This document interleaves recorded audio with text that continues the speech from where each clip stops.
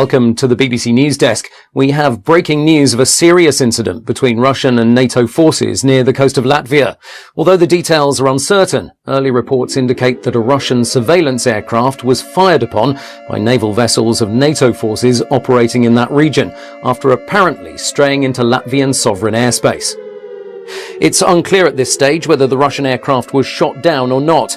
This incident comes in the wake of a similar event some time ago, in which 2 Russian pilots were killed after being shot down by Turkish surface-to-air missiles near the border with Syria. It's not known what caused this latest incident or at exactly what time the conflict took place, but it is believed that it happened earlier today and that Russian forces have returned fire. The government has convened a meeting of the Emergency Cobra Committee, and senior members of the British military have been seen entering 10 Downing Street. There were chaotic scenes earlier today as Prime Minister Theresa May was rushed back to Downing Street as details of the international crisis began to emerge. She had been due to attend a meeting with senior business leaders in the city today, followed by a cross-party governmental committee meeting on electoral reform, but these plans have been cancelled in light of current developments. A government spokesperson said that no statement will be issued until the situation becomes clearer. Kate Miller reports. News of the outbreak of military action between Russia and NATO has been greeted across the globe with expressions of concern and alarm. There are unconfirmed reports that Russian forces have retaliated by engaging in direct fire against several NATO warships. 2 US cruisers, the USS Princeton and the USS Gettysburg, are reported to be in the region, but it's not known if they were directly involved in the incident. The Ministry of Defence has yet to confirm these reports, stating that the situation is changing rapidly and that they'd be making a formal statement in due course, but acknowledging that something very serious has happened. In Europe, senior military leaders have been meeting at regional NATO headquarters, indicating that a response to what they describe as unwarranted Russian aggression is being planned. A general military alert has been issued across Europe, including the deployment of over 50,000 NATO troops to key points along the central border to Russia, and the activation of over 200,000 reserve troops from France, Germany, Holland and the UK. The first contingent of British troops has already left RAF Brize Norton. All military leave has been cancelled, and the mobilisation of all British forces nationally and internationally has been ordered by the government. And we're just receiving reports that at least 1 NATO warship has sustained serious damage as a result of direct fire from Russian forces. Details are unclear and the number of casualties remains unknown, but it's reported that at least 1 vessel has been sunk with major loss of life and that contact has been lost with a further 2 ships in the area. The US president has condemned the Russian military action, calling on President Putin to pull back from what the US government has described as a reckless and warlike posture which can only lead to greater conflict. World leaders have expressed their condemnation of Russian military action, stating their support for US and NATO forces and their hope that a peaceful, negotiated settlement to the conflict can be achieved. The Pentagon has convened a meeting of the Joint Chiefs of Staff, and a worldwide military alert has been declared for all US forces with immediate effect. We'll be bringing you further information on the US response to the situation as details emerge. The conflict in the Baltic Sea continues to escalate, with reports that a number of Royal Navy vessels have joined the battle. It's believed that HMS Lancaster and HMS Duncan are leading the British response, and that HMS Northumberland is en route to provide additional support.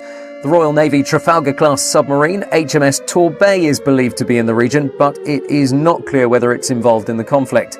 The Ministry of Defence has declined to comment, stating that the military response to the situation would be proportionate, but that it would not be appropriate to discuss any details thereafter. Several destroyers from the Russian Baltic Fleet have been spotted near the coast of Finland, indicating a potential major escalation in the scale of the conflict and increasing fears that the fighting may get out of hand before a political solution can be negotiated.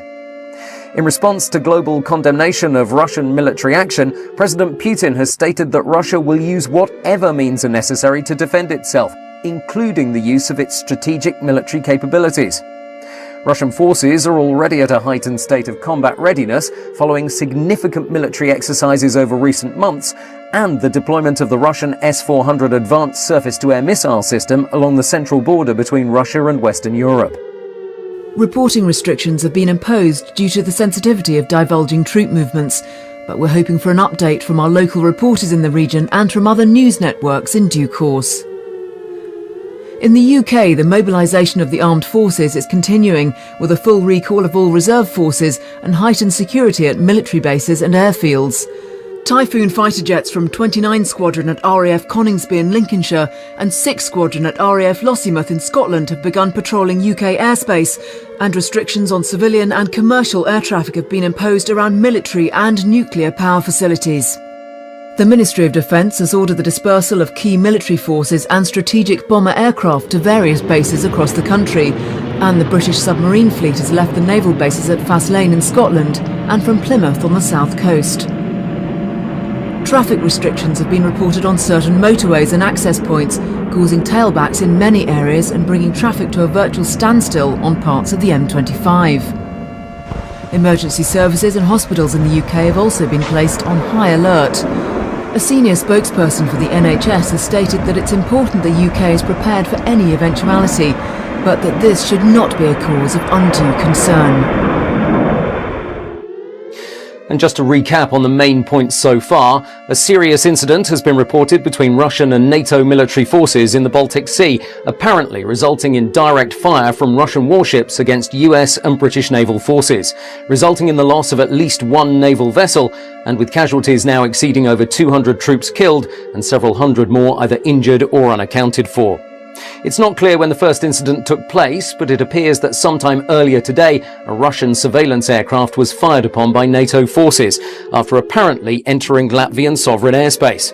It's not known whether the Russian aircraft was shot down, and the Russian government so far has neither confirmed nor denied that this incident took place.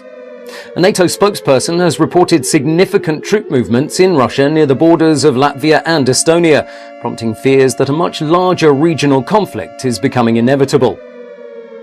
A full-scale military response is underway involving combined NATO forces, although the scale and severity of the conflict remains unclear. We're expecting a statement shortly from the British government following an emergency meeting of the Cabinet in a joint session with senior military leaders. It's clear, however, that the situation is extremely serious and is continuing to escalate.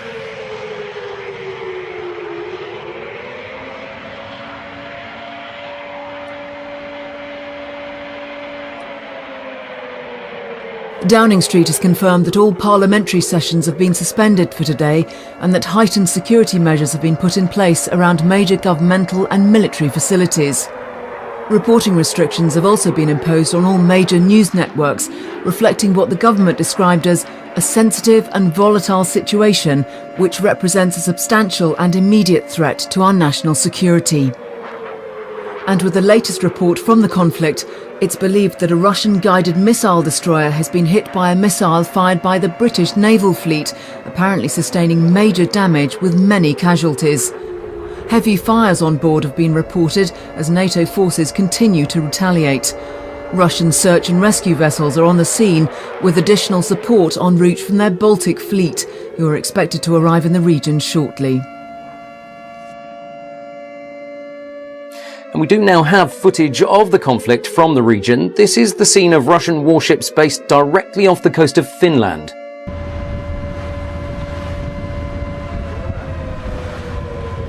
These are truly extraordinary scenes. Russian warships firing directly at US and British forces from NATO in what now must surely represent a state of war.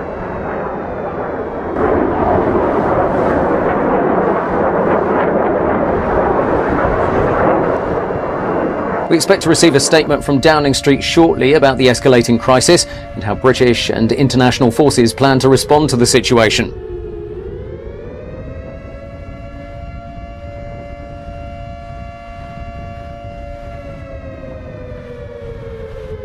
And we've just heard that the government has passed the Emergency Powers Act, bringing the country into a formal state of war preparation and suspending many peacetime activities and functions.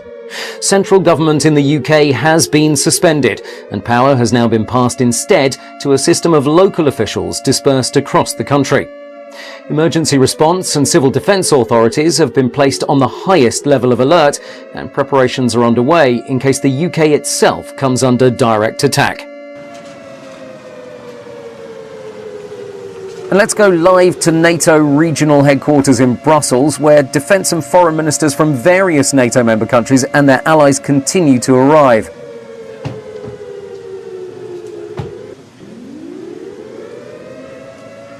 One of the early arrivals is the Belgian Minister of Defence, Steven van der Puut, joining his counterparts from a growing number of NATO member countries and their allies.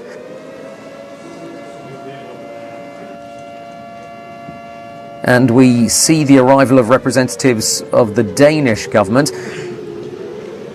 Yes, we believe that this is Michael Zilmer-Johns, the Danish ambassador to NATO. And in the latest update on the conflict, fighter and surveillance quick reaction alert aircraft have left NATO combined air operations centres in Germany and Holland, as well as from NATO Air Force bases in the Baltic countries. There are reports that Russian heavy bombers have attacked the main NATO Air Force base in Lithuania, apparently resulting in heavy damage with many casualties. We understand that this is where combined forces from France, Spain and Portugal are based, mainly Typhoon and Mirage fighter jets. We're waiting to hear of any further news on this, but we understand that the attack is ongoing and that Dutch F-16s based out of Malbork in Poland, as well as British Typhoon fighter jets of the Royal Air Force based in Amari in Estonia, are responding.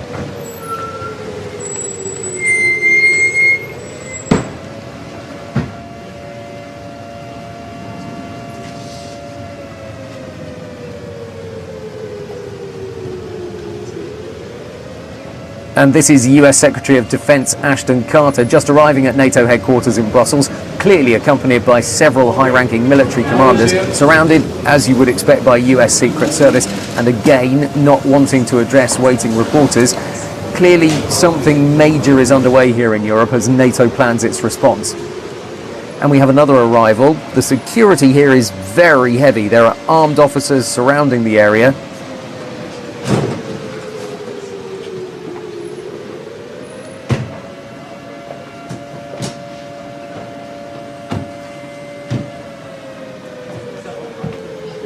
And this is the German Minister of Defense, Ursula von der Leyen, speaking with senior military commanders. We get a real sense of the seriousness of the situation. And we'll come back to NATO headquarters in Brussels. We expect the British Secretary of Defence to arrive there shortly. But for the moment, let's go back to Kate Miller to see what the latest developments are. Kate. Thanks, John.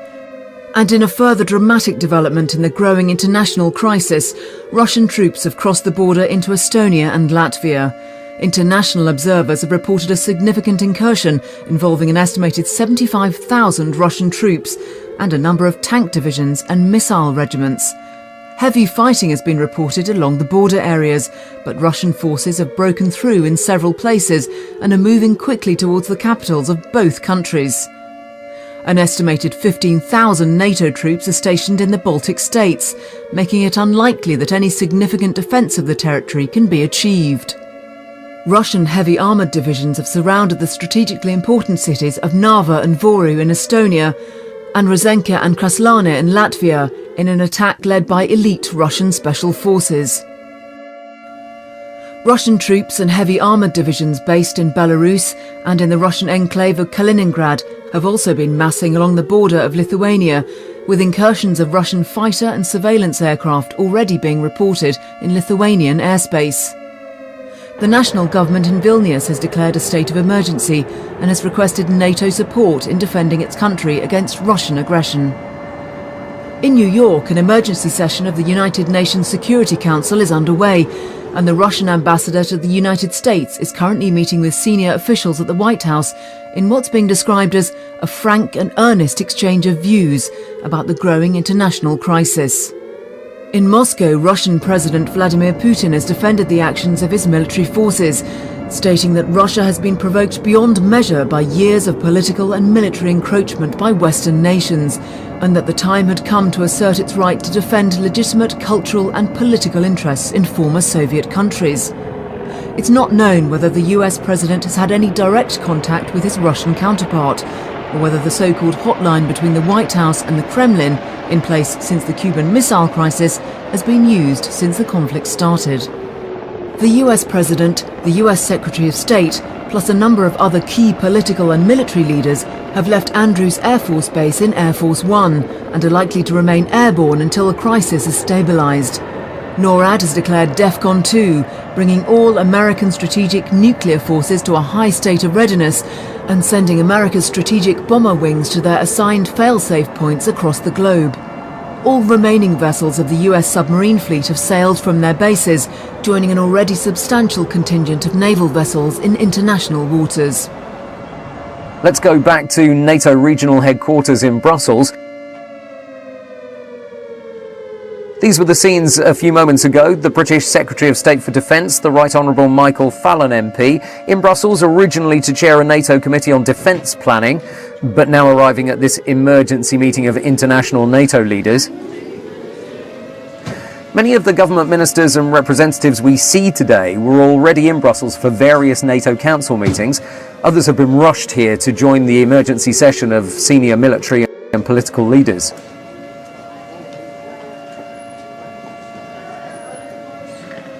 And the Defence Secretary seems to be speaking with reporters. He's completely surrounded. But let's try to listen in to what's being said. Well, this is further reassurance for our allies on the eastern flank of NATO, for the Baltic states and for Poland. And that is part of our policy of more persistent presence on the eastern side of NATO to respond to any further Russian provocation and aggression. Large numbers of troops? A small number of troops to start with. Except that NATO is on the back foot. NATO and Britain, of course, therefore, have all been outfoxed by Russians. Well, Russia is making a very dangerous situation. Sorry, can I start again? Russia is making a very serious situation much more dangerous. And we'll be meeting today to see what we can do to de-escalate this crisis, particularly in terms of air safety.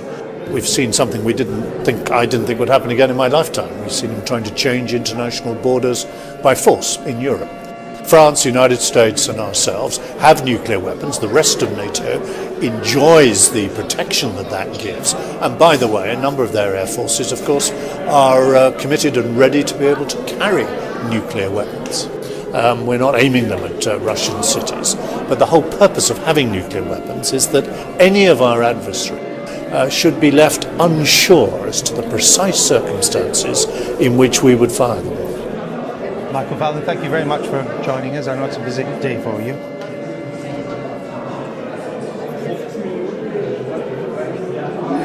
And just to recap quickly on the main points so far, things have been moving very quickly from what started earlier today as a rumour that NATO forces had fired on a Russian surveillance aircraft, to a situation where Russian forces are engaging in ongoing heavy combat with combined forces from different countries in the NATO alliance.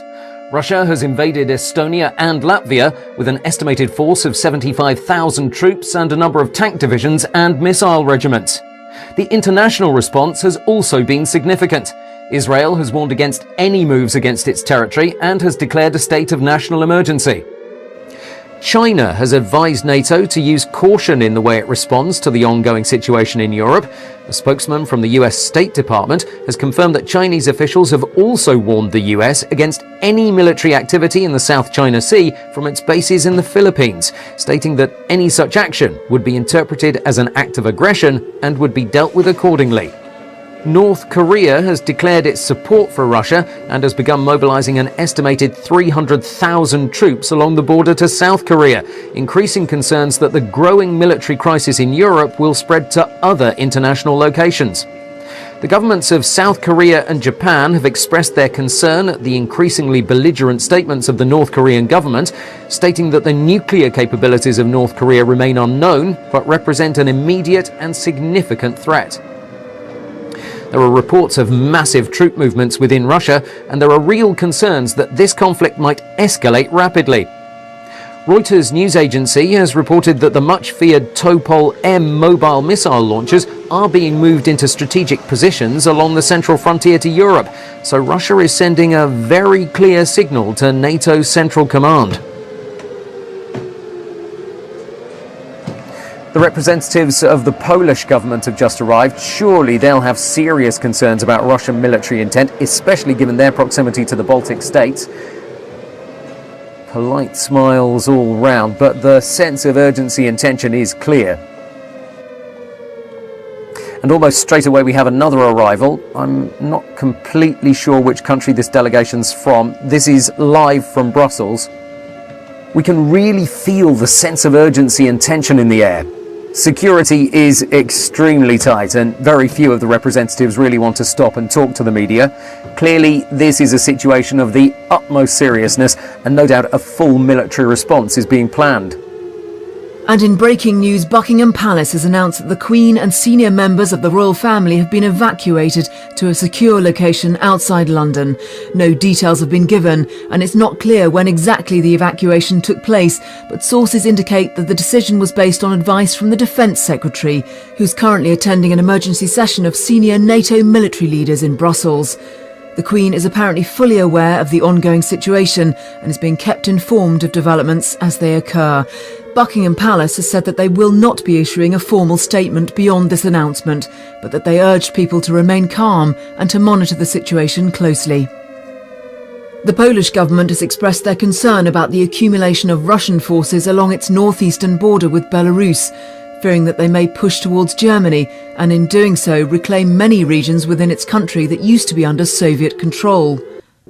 Poland for many years has permitted NATO early warning and defence missile systems on its territory in a move seen as provocative by the Russian military, and these are likely to be targeted by Russia in any significant move of its army towards Western Europe. Large-scale evacuations have already been reported in Warsaw and Krakow, prompting fears that the movement of people away from major cities might interfere with the deployment of troops and military vehicles to key defence positions.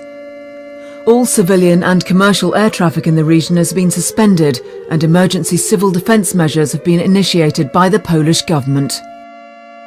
We can now go to our senior military correspondent, retired Army General and ex-head of British Armed Forces, Sir Norman Fairchild, who's been closely monitoring the situation.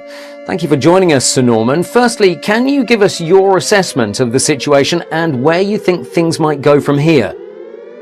Well, this is clearly a very serious situation, but one I have to say that might have been foreseen. It has been clear for some time that there's been a more fundamental tension between Russia and the West regarding the encroachment of NATO forces and defense systems upon the Russian border and historical territory, so this possibly has been coming for some time. The conflict in the Ukraine and in Syria has significantly increased the likelihood from the various forces would come into direct conflict at some stage, and this is certainly something that many people feared might happen. So is this possibly something that Russia has been planning for?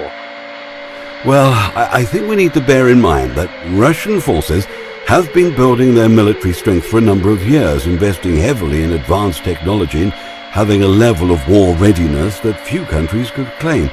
We have seen several large-scale military exercises by Russian forces, which of course is a convenient way of disguising the deployment and positioning of its military assets, and they of course know that Western forces are already fully committed in various conflicts in the Middle East. I have to say that I'm not convinced that this particular episode, as serious as it is in itself, is the full picture. I believe that this is part of something much bigger and is more likely in fact to be a diversion from Russia's true military intent, which remains to be seen. We've seen that the government has passed the Emergency Powers Act. Most people will be unfamiliar with what this means, so can you tell us what the significance of this is in military terms? The significance really is twofold. The first is the level of readiness it brings, preparing the country for a state of war and bringing all British armed forces to the highest possible levels of planning and preparation. This necessarily includes the British strategic nuclear deterrent. This, of course, has never happened before, so how quickly and effectively we can respond remains to be seen. But clearly, there is a real urgency now due to the severity of the crisis. The second and possibly more serious implication is that it tells us that our intelligence services have assessed the threat as being very dangerous, so they clearly know that something is up. And we'll be returning to that conversation in a few moments. We interrupt to bring you news that the Ministry of Defence has reported what it refers to as a number of large order detonations in the seas off the coasts of Estonia and Latvia. No details or confirmation of these reports attributed to local NATO observers have been received as yet, but it's understood that one of these attacks was targeted against key supply vessels carrying fuel and ammunition to NATO forces. We believe that there is footage of the attack from a military observation vessel, and we hope to have that shortly. In further breaking news, the government has taken control of British Airways, all cross-channel ferries and the Channel Tunnel. They say it's a temporary step to help move troops and equipment to Europe. Thousands are currently stranded at Heathrow and Gatwick, and the Royal Navy has also been deployed to guard the North Sea oil rigs. The MOD have described this as a prudent, precautionary measure. And in a controversial move, the Turkish government has refused to allow NATO forces to use their sovereign airspace, warning that any such incursion would be seen as a hostile act. Reports indicate that Turkey has refused all air traffic clearance for NATO aircraft at Incirlik Air Base, and that Turkish military forces have refused to allow access into or out of the airbase. Turkey has recently strengthened its political and military ties with Russia, but its refusal to support NATO is likely to raise concerns that this action will compromise NATO military strategy and will allow Russia to more easily advance into former Soviet countries in southern Europe. A number of American B-52 long-range bomber aircraft have been seen leaving RAF Fairford, a primary forward staging base for United States Air Force strategic assets in the UK. It's not clear whether they're equipped with nuclear weapons, but a senior US military spokesperson has stated that a non-conventional military response may be required and that they needed to be prepared for any eventuality. American AWACS surveillance, along with several airborne refuelling aircraft, have also left Aviano Air Force Base in Italy to support military operations in the region. The Prime Minister Theresa May and senior members of Cabinet are directing emergency operations from an undisclosed location outside of London, along with the head of British Armed Forces and other senior military leaders. In the UK, military and civilian authorities are continuing their preparations to respond to the growing crisis. All non-essential and elective surgeries have been cancelled by the NHS, and hospitals are being cleared of non-critical patients to make way for potential casualties in the event of a wider conflict. The Ministry of Defence has refused to comment on rumours that Russian forces have used tactical nuclear weapons against British and US naval forces in the Baltic Sea. The United States has continued to respond to the growing international crisis. The meeting of the US President and the Joint Chiefs of Staff is still in session, but we understand that a full mobilization of US military forces is underway internationally and that all military leave has been cancelled. B-2 stealth bombers have been seen leaving Whiteman Air Force Base in Missouri some time ago, and all military bases in Europe and the Middle East have been placed on high alert. Sources at the Pentagon are suggesting that a major strategic confrontation with Russia might be a real possibility. NATO has been moving their forces closer and closer to Russia over the past few years. And activating the Aegis missile system in both Poland and Romania very recently has caused serious consternation in Russia because of what they see as a first strike capability right on their doorstep. So they see NATO as the aggressor here. The number of NATO warships and armed forces currently positioned in the Baltic region suggests that NATO possibly knew that something might happen. These events come after a rather grand and elaborate ceremony in Moscow yesterday, in which President Putin made something of a rhetorical speech about the right of Russia to reclaim its interests in former Soviet Union countries and to protect itself from the growing political and military influence of NATO. Nobody really paid much attention to this ceremony at the time, but it's certainly beginning to take on a new significance in light of current events. Russian state television has been broadcasting extraordinary scenes of President Putin personally directing military operations from a command center. This looks highly organized and certainly suggests that the conflict was not just a spontaneous act. Clearly a lot of planning has gone into this. Let's listen in for a few moments. This is not live, but was broadcast within the last 30 minutes. Report in more detail on the operation. Mr. Commander-in-Chief, in accordance with your orders,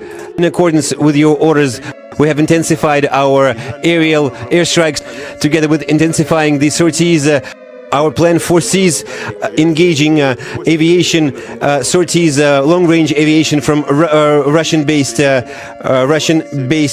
airfields, including 25 strategic bombers and other aircraft.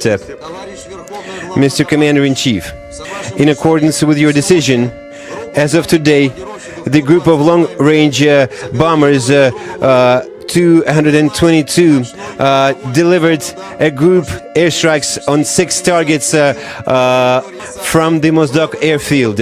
Following their landing, they prepared for a repeated sortie. The wings took flight again to deliver another group airstrike, and up to 1700 hours they delivered strikes on 6 enemy targets. As of now, the aircraft are returning to the airfield. The crews and the hardware are working normally. Mr. Commander-in-Chief, our personnel of our operations group is prepared to carry out the missions to protect the Russian Federation and its citizens. We've just received footage of one of the attacks against NATO warships, apparently taken from a stationary camera on board a NATO observation vessel, which was sailing close to a supply convoy carrying supplies of fuel, ammunition and military equipment. If we can roll the tape, you'll see a distant view of the supply convoy, partially masked by one of the fuel tankers in the foreground, a couple of kilometres or so away from the camera. What happens then is just incredible. It seems to be a huge detonation underwater. The blast itself was about half a mile wide and must have wiped out at least a dozen vessels in one go. Let's go straight to our military expert for his view on this incredible footage. Can you tell us what type of weapon you think the Russians are using here?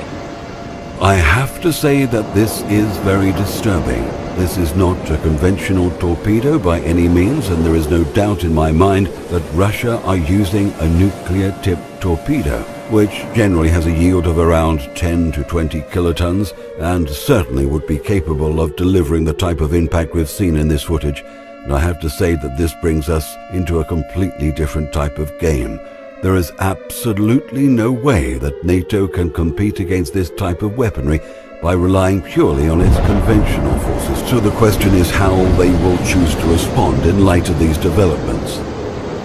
And we're receiving alarming reports that Russian special forces, backed by fast attack helicopters and paratroop regiments, have crossed the southern and northern borders into Finland, moving quickly towards Helsinki and sending NATO forces into disarray as they try to respond to this massive Russian attack. We don't have any further details at this time, but this is evidently a move towards Sweden and Norway in what must be a major push towards Western Europe.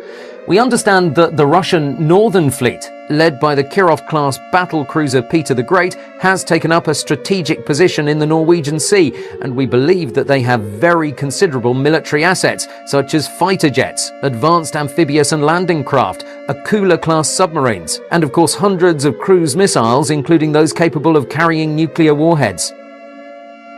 Having already crossed the border into Latvia and Estonia, and now into Finland, the looming question is how far Russian forces will go.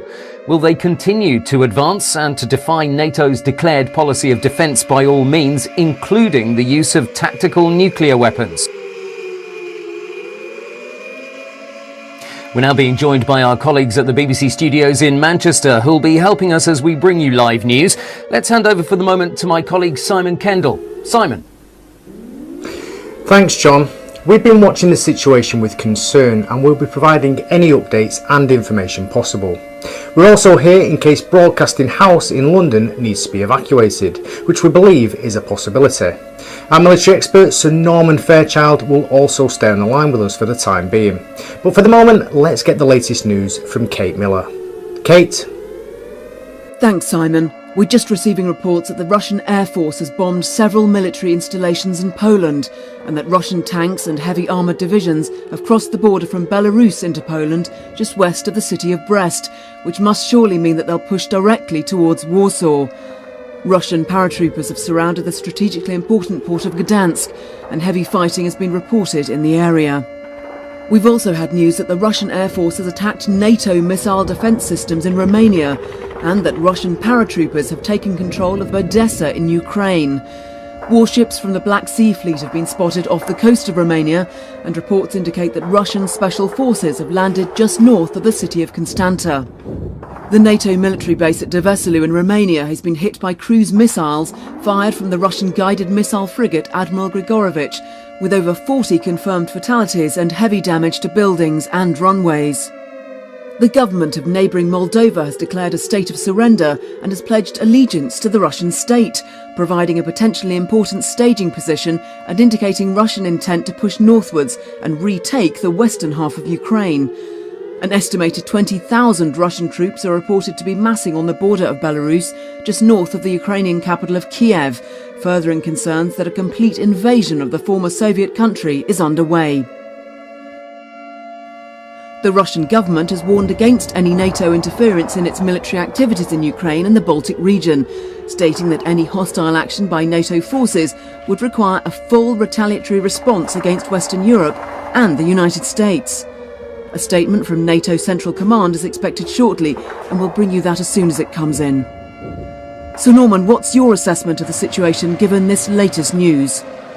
Clearly this is a very worrying development, and there can be no doubt now that this is part of an orchestrated and premeditated strike by Russia against the West. NATO will have to respond, but we've clearly been caught napping. The West is totally unprepared for this type of scenario, so I think we're in serious trouble here. NATO Central Command has confirmed that Russia has invaded Romania, adding that giant Antonov and Ilyushin military cargo aircraft of the Russian Air Force have dropped elite Russian special forces and heavy combat equipment and vehicles within 20 kilometres of the eastern border of Hungary and south of the Romanian border to Ukraine. There's been no official statement from the Romanian government, but it's understood that no retaliatory action is likely to be initiated by Romanian armed forces. The government of Ukraine has repeated their expression of concern and has requested direct military action by NATO against massing Russian forces. The Russian government has repeated its assertion that its action is in response to years of increasing encroachment and political interference by NATO and its allies, warning that they'll respond massively should NATO create any further escalation in the conflict. NATO has reported heavy fighting near the Latvian capital of Riga and has confirmed that Russian forces have seized control of Tallinn in Estonia. Russian forces are moving rapidly west towards Helsinki in Finland and are continuing to engage in heavy naval battles in the Gulf of Finland. In Poland, heavy fighting has been reported as Russian forces move towards Warsaw, both from the north and east. The strategically important port of Gdansk has been captured, increasing the Russian stronghold in the Baltic Sea and providing an important staging point for further military action towards Western Europe. Thanks, Kate. We now have on the line Keith Fuller, an expert in civil defence and chief advisor to the government on emergency measures and contingent planning. Keith, we appreciate you joining us. You, more than most people, will appreciate the seriousness of the situation, and we know that there's growing concern that this conflict might escalate into a more strategic nuclear confrontation. The standard advice to the public is to gather food and water and to create a shelter in their home to protect them against blast and fallout. What's your assessment of the effectiveness of such measures? I can tell you that I've worked in civil defence for some 25 years, and the literature that was being churned out in the 50s is practically the same as we now have this idea of upturning a table and putting it against a wall and surrounding it with cushions and painting the windows white and bringing in enough food to last for a fortnight into the room so that you can live in this room for a fortnight. I mean, good heavens, if this building is in the target area and it's shattered, broken in some way, then the fallout dust, which comes down immediately after the explosion in high levels, very heavy dust, the initial stuff that comes down, this will be very, very highly radioactive. It will not be stopped by cushions, it will not be stopped by wood, and the people that are sheltering in that makeshift shelter will certainly be dead within a few days to a few weeks from radiation sickness. But with respect, I know that you've been critical of government policy on civil defence, but this is the general advice from government sources. Surely it has some merit in protecting people if there's a major attack. Isn't this the whole basis of the principle of protect and survive? I would call it neglect and die in its present form, because I don't think anyone could survive in the cities in makeshift shelters. It's absolutely preposterous to expect anyone to survive under those conditions. Thank you, Keith. We're being joined live via Skype by our Eastern European correspondent Andreas Siebler, who's based in Warsaw. Andreas, can you update us on the situation in Poland? We have an alarming situation here in Warsaw. People are very concerned and many are leaving the city. A short while ago we had a strange incident. The sky lit up a number of times. I could see it through our windows. The light just changed and it was very unusual. We have a few fixed cameras overlooking the city on the top of our studio building, and we can see that something did happen a few moments ago. Nobody knows what is really happening. Andreas, we understand that the Polish government has declared a state of emergency, but have you witnessed any direct fighting or heard from anyone closer to the front line? We are hearing sirens over Warsaw. We think that something is about to happen. We have been told to get shelter as quickly as possible. Maybe they expect...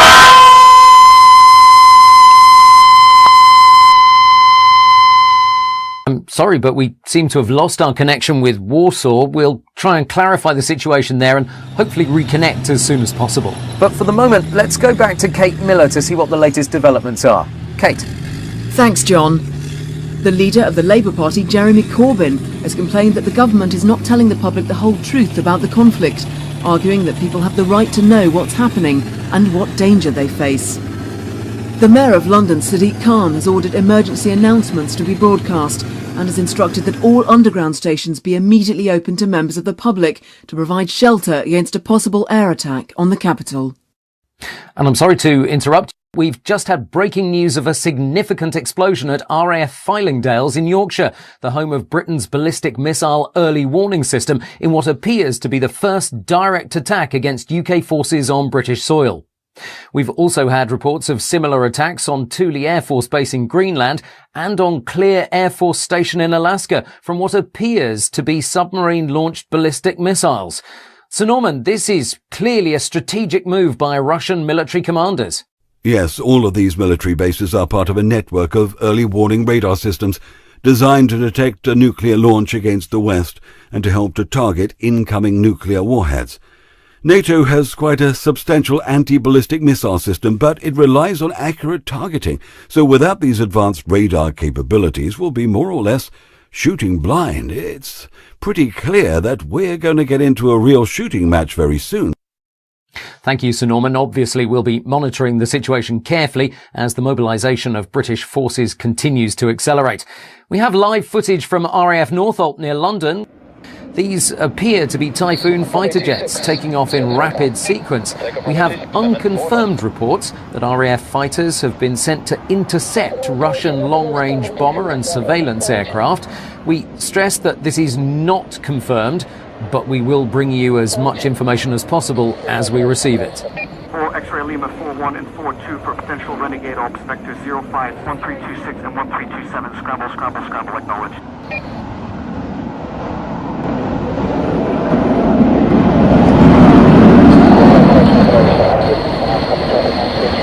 This is quite a powerful image, the weather obviously deteriorating somewhat.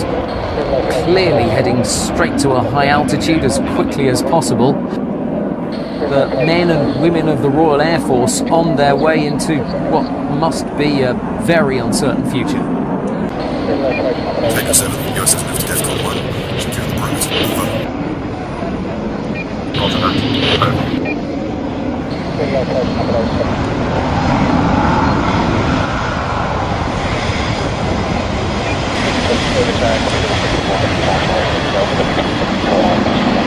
And we have similar scenes from NATO military bases and command facilities across Europe. Clearly, the military situation is of grave concern, but we're limited in what we can report. We've just heard that we can expect a live statement from NATO's Central Command in the next few minutes. Obviously, we'll bring you that as it happens. And we've just had news that the US ambassador and senior consulate staff are being evacuated from central London. Clearly, something has gone terribly wrong. Heavily armed US Secret Service personnel are escorting US diplomatic staff to waiting helicopters and military aircraft.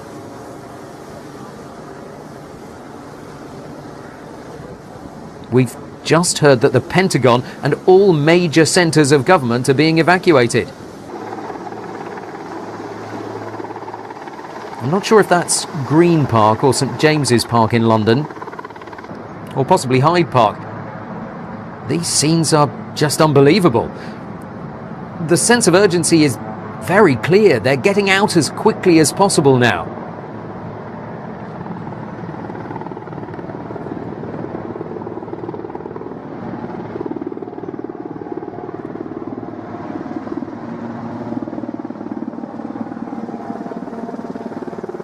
This is certainly a very frightening scene. All US military bases in Europe have been ordered to get their remaining aircraft into the air in what appears to be a frightening escalation in the conflict. And we're now going live to Brussels for a statement from NATO regional headquarters. Let's listen into this live broadcast.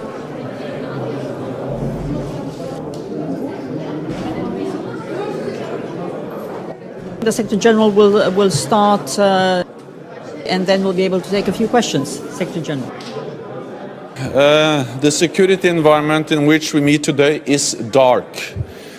This nuclear saber rattling of Russia is unjustified, it's destabilizing, and it's dangerous. And this is something which we are addressing, and it's also one of the reasons why we now are increasing the readiness and the preparedness of our forces, and we are responding by making sure that NATO also in the future is an alliance which provides deterrence and protection for all allies against any threat.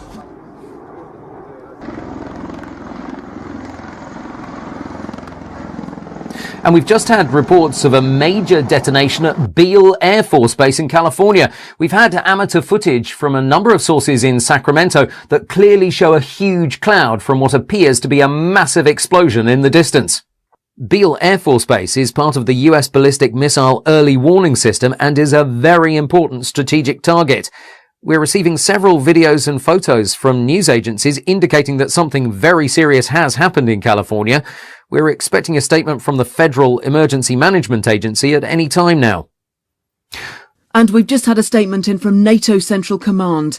Western forces have used battlefield nuclear weapons against advancing Russian troops in eastern Poland, and have also confirmed the destruction of the Russian city of Kaliningrad, which was a major military centre and submarine base.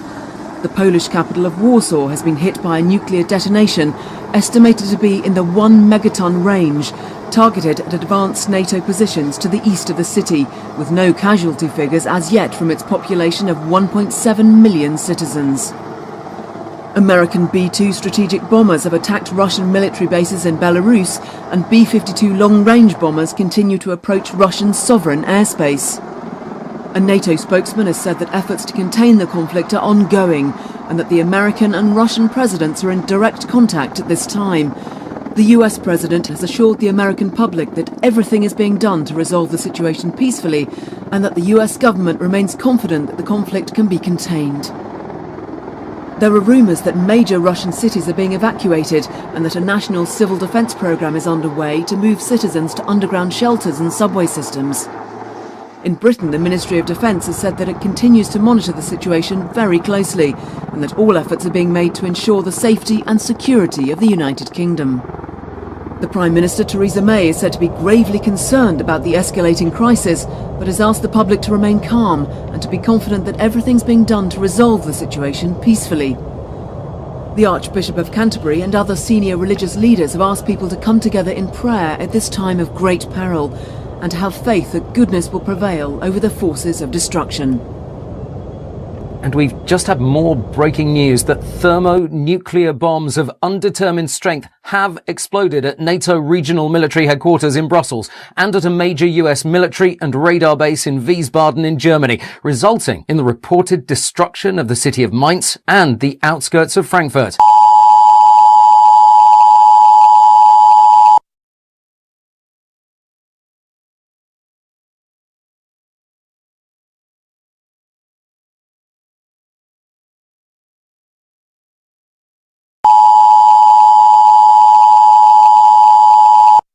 This is an emergency broadcast from the BBC.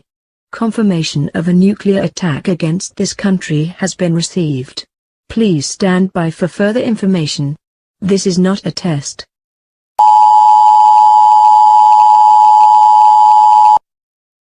This is an emergency broadcast from the BBC.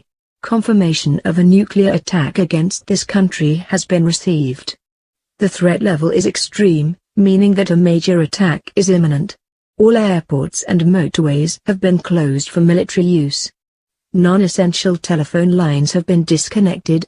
Civilians are advised to stay indoors. Please stand by for further information.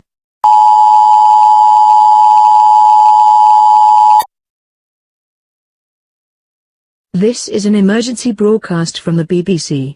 The following locations have been confirmed by radar tracking as primary targets: London, Manchester, Birmingham, Liverpool, Glasgow, Crewe, Portsmouth, Cardiff, Newcastle, Leeds, Oxford, Sheffield, Plymouth, Edinburgh, Hull, Aberdeen, Derby, Coventry, Folkestone, Swansea, Leicester, Ipswich, Dover, Sellafield, Perth, Faslane, Cambridge, and Newport. All major airports, power stations and military bases across the country have also been identified as primary targets. Civilians are advised to seek immediate shelter in the most secure location in your home. Create an inner refuge if possible by stacking furniture, mattresses or any heavy objects to protect you from the effects of blast and fallout. Stay away from windows and external doors. Turn off all gas appliances, and extinguish any open fires or flames. Gather as much drinking water and food as possible, and store them in your inner refuge. Please stand by for further information.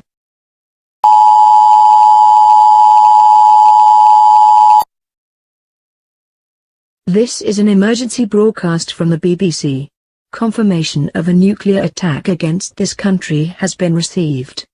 When nuclear impact is imminent, the attack warning red signal will be broadcast. The attack warning red signal will be sounded when nuclear impact is expected to occur within 90 seconds. When you hear the attack warning red signal, it means that your life is in danger and that you must act immediately.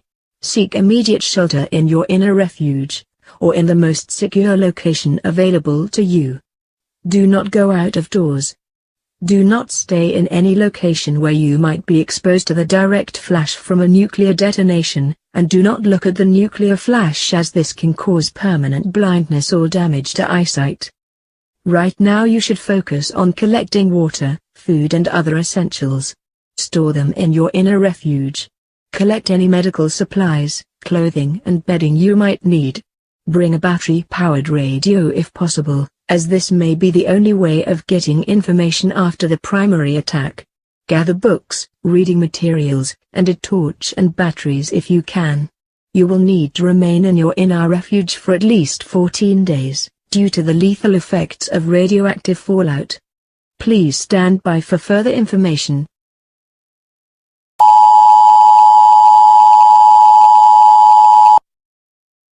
This is an emergency broadcast from the BBC. Confirmation of a nuclear attack against this country has been received. After the main nuclear attack is over, it is unlikely that any rescue or firefighting resources will be available. Radioactive fallout and damage to infrastructure and transportation links will make it difficult for your local civil defense authority to reach you within the first week of an attack. Store your food and water carefully, and use fresh produce first, leaving canned or preserved foods for later. Do not leave your shelter to seek out medical assistance, food or drinking water, as radioactivity levels will be extremely dangerous for at least the first 7 to 10 days. If you have any fatalities as a result of the attack, you should wrap the body as tightly as possible in paper, polythene, sheets or blankets, and move the body to a nearby. Attack warning red. Attack warning red. Seek immediate shelter. Seek immediate shelter. Attack warning red.